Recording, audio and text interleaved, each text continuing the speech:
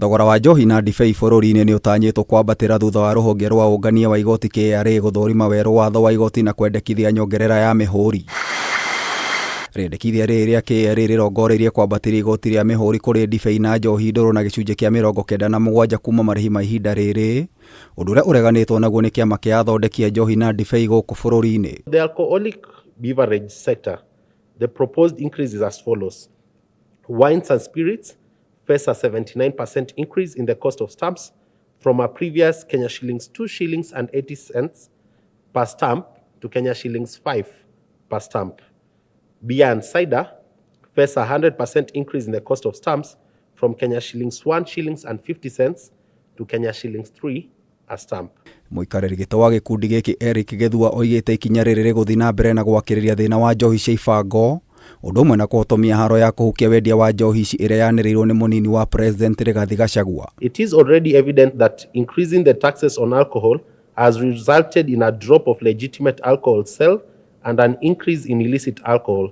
Currently, as we speak, according to WHO data, 44% of total alcohol sold in Kenya is illicit. Locally produced accessible products are becoming uncompetitive against products produced in the countries with supportive tax policies. Tiga kwongerereka kwa njohi cia ibango, onjoria aya moigite thirikari iguthie na mbere na kurwo ni muigana wa ciringi bilioni 32 oro mwaka ni uthondeki wa mihuri ya maigirira. Production of illicit alcoholic beverages from illegally obtained ethanol is also on the rise, with Kenya recording losses of up to $259,462,260 in revenue every year.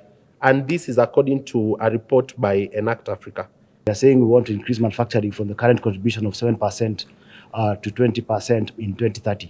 If we continue with such proposals, we are definitely going to make that position even weaker. Ningi ni makomithitie ruhonge rwa ungania wa igoti ni komatha magathike mutambo wa gwikiraga mihuri njohi-ini ciao, uria wagathikirwo ni kambuni imwe kuma bururi wa Switzerland miaka 10 mihituku no nduri na umithio. It's therefore apparent that the government strategy for tackling counterfeit through excess stamps needs to change.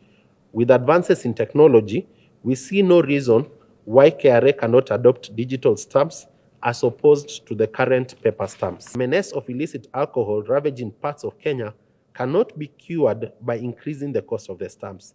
We therefore recommend that the government halts the implementation of the new regulations, conduct an assessment of the current excise duty and its administrative system compared to other East African countries and similar jurisdiction, and consider sparing manufacturers the increase in the cost of production and compliance, and subsequently reduce the risk of exposure of illicit alcohol to Kenyans. Gerifotera Kameme TV, Jeta Getau wa Wajiko.